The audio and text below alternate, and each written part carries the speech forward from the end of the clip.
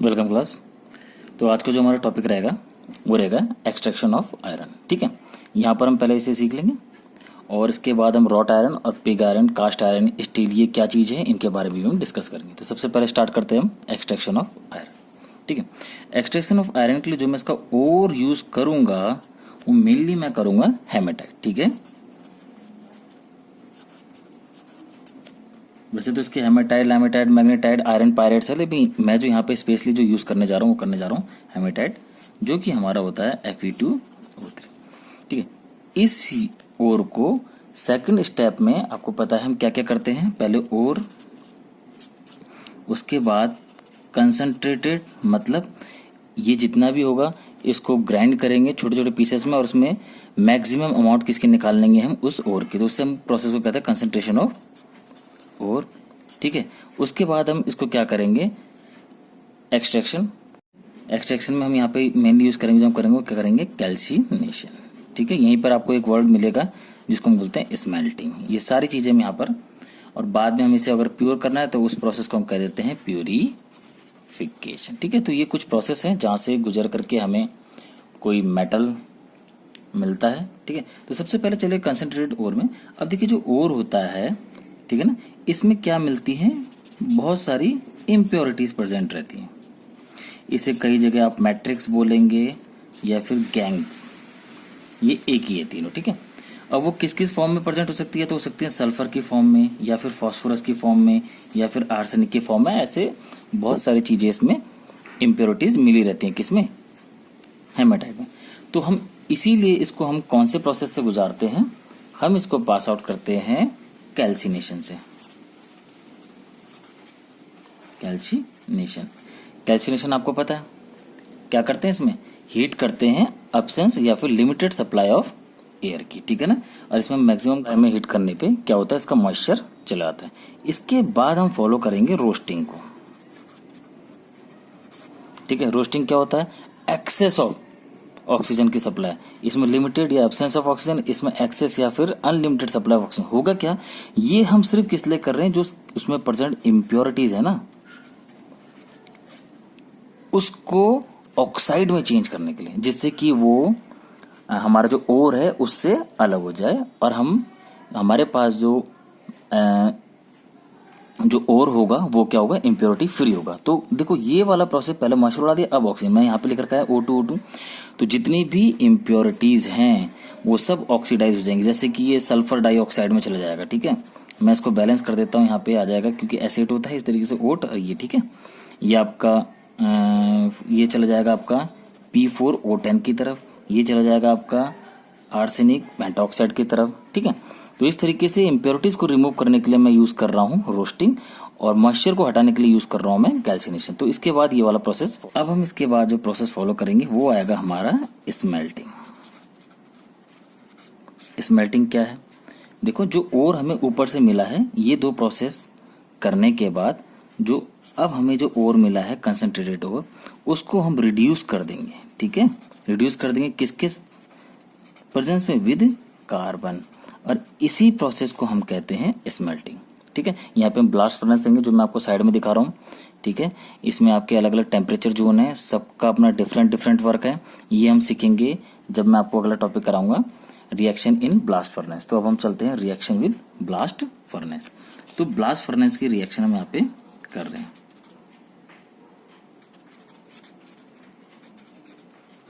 Blast furnace, इसमें देखो आपको डिफरेंट डिफरेंट टेम्परेचर जोन दिख रहे होंगे। ठीक है ना, इन सब का अलग अलग वर्क है। तो सबसे पहले हम ब्लास्ट फर्नेस में क्या डालेंगे, आपने वो नोट करना है। पहला, कंसंट्रेटेड ओर का 8 पार्ट, सबका रोल है। कंसंट्रेटेड ओर जो ऊपर से मिला है, दो प्रोसेस फॉलो करने के बाद, ठीक है, उसका कितना part, 8 parts. Okay, plus Coke लेंगे हम, कोक क्या है, कार्बन है आपका, कितना, 4 पार्ट्स। ठीक है, और प्लस लाइम स्टोन, ये कितना लेंगे हम, 1 पार्ट्स। ठीक है, मतलब अगर 8 पार्ट इसके तो 4 इसके, 1 इसके। तो ये आपने थोड़ा ध्यान रखना है। इसको हम डाल देंगे ब्लास्ट फर्नेस में। अब देखो इसका क्या वर्क होगा, इसका क्या वर्क होगा। ठीक है, वो किस तरीके से और या फिर एक्सट्रैक्शन ऑफ जो आयरन है उसको किस तरीके से इफेक्ट करेगा, ये हम सीखते हैं अलग अलग टेम्परेचर रिएक्शन पे। ठीक है, अब समझते हैं इसके वन बाय वन प्रोसेस। बहुत इजी है, अगर हम सही से समझे तो बहुत इजी कॉन्सेप्ट लगता है। देखो, zone of combustion, zone of heat absorption, zone of slag formation, zone of reduction, zone of fusion, इनके क्या क्या रोल। अब देखो, आपने 8 पार्ट्स डाले थे क्या, कैल्सिनेटेड, और उसके साथ जो कोक और लाइमस्टोन डाला था उसका यूज आपको इसी जोन में पता चल जाएगा। और सेपरेटली क्वेश्चन भी पूछे तो भी आप यहाँ से निकाल सकते हैं।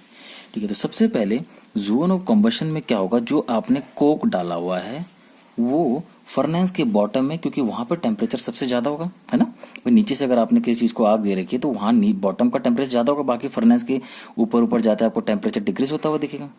तो ये है आपका कोक जो आपने यूज करा। वो क्या यूज हुआ उसका, वो ऑक्सीजन के साथ, मतलब जो नीचे है वो बर्न होगा और हमें दे देगा कार्बन डाइऑक्साइड। ठीक है, इसका भी अपना इंपॉर्टेंट रोल है। और एक चीज और, ये हाईली एक्सोथर्मिक रिएक्शन है, वही हीट बाहर निकलेगी ना, और ये साथ साथ में क्या करेगा, उसके टेम्परेचर को इंक्रीज करने का भी काम करेगा। ठीक है, जो टेम्परेचर अभी हमने प्रोवाइड नहीं करा वो उसको भी बढ़ा देगा। हमें यही तो चाहिए, ज्यादा से ज्यादा टेम्परेचर मिले, तो 2170 केल्विन तक इसके टेम्परेचर को इंक्रीज कर देगा। ठीक है, चलिए ये आप समझ गए इसका रोल कोक का। अगला चलते हैं जोन ऑफ हीट एब्जॉर्प्शन। यहां पर क्या होगा, देखो ये CO2 गैस जब ऊपर उड़ेगी, भाई वार्म होने के बाद ऊपर ही तो उठेगी, और ऊपर से क्या गिर रहा है, कोक गिर रहा है आपका, है ना। तो ये जब इसके साथ रिएक्ट करेगी तो आपको दे देगी कार्बन मोनोऑक्साइड। कार्बन मोनोऑक्साइड, इसका भी अपना यूज है क्योंकि रिड्यूसिंग एजेंट का काम करेगा। ठीक है, चलिए जोन ऑफ स्लैग फॉर्मेशन में क्या हो रहा होगा, यहां पर क्या है, मैंने क्या लिया है इसके साथ साथ 4 पार्ट किसका लिया था, 4 पार्ट्स मैंने कोक का लिया था, 1 पार्ट लाइमस्टोन का। तो लाइमस्टोन का वर्क देखते हैं, अगर सेपरेटली पूछे तो आप वो भी बता सकते हैं। लाइमस्टोन, इसका क्या काम, देखो हेमेटाइट में सबसे ज्यादा जो क्वांटिटी इंप्योरिटीज की मिलती है वो मिलती है सिलिका की। मैं यहाँ पे लिख देता हूँ सिलिका, जो हम क्या बोलते हैं इसे, हम सिलिकॉन ऑक्साइड। बस सबसे ज्यादा इंप्योरिटीज यही मिलती है। ये अभी भी कहीं ना कहीं कंसंट्रेटेड ओर के साथ है। अब मुझे इसे भी रिमूव करना है, इसीलिए मैंने 1 पार्ट किसका डाला है, लाइमस्टोन का। तो देखो जब आप इसको हीट करोगे तो ये तो हमें पहले से ही पता है, डिकम्पोजिशन किसमें टूट जाए, कैल्शियम ऑक्साइड और कार्बन डाइऑक्साइड में। अब ये जो सिलिका ऑक्साइड है, सिलिका है SiO2, ये मैं आपको पहले भी बता चुका हूं, ये कैसा है, एसिडिक फ्लक्स का काम करता है। इम्प्योरिटीज अगर एसिडिक है उसे हम बोलते हैं एसिडिक फ्लक्स। और बेसिक फ्लक्स में मैंने आपको बताया था कैल्शियम ऑक्साइड का, मतलब ये काम करेगा किसका, बेसिक फ्लक्स का। ठीक है, ये दोनों जब रिएक्ट करेंगे तो फ्लक्स अगर दोनों रिएक्ट करते हैं हमारा बनता है स्लैग। क्या बनता है, स्लैग। ये क्या है, इम्प्योरिटीज को ओर में से अलग कर दिया। ये बहुत हल्का होता है, स्किम्ड ऊपर अपर साइड में आपके हल्का है, इसलिए जैसे मान लीजिए बॉटम साइड में मोल्टन है ना, तो ये स्लैग हल्का है, इसके साथ मिलकर इम्प्योरिटीज को लेकर के उसकी सतह पे आ जाएगा। ठीक है, तो ये क्या बना देगा, कॉम्प्लेक्स बना देता है, जिसे हम बोलते हैं कैल्शियम सिलिकेट। ठीक है, SiO3, ये मेनली क्या है, स्लैग। तो फ्लक्स और स्लैग भी यहाँ से हमारा कंप्लीट हो गया है।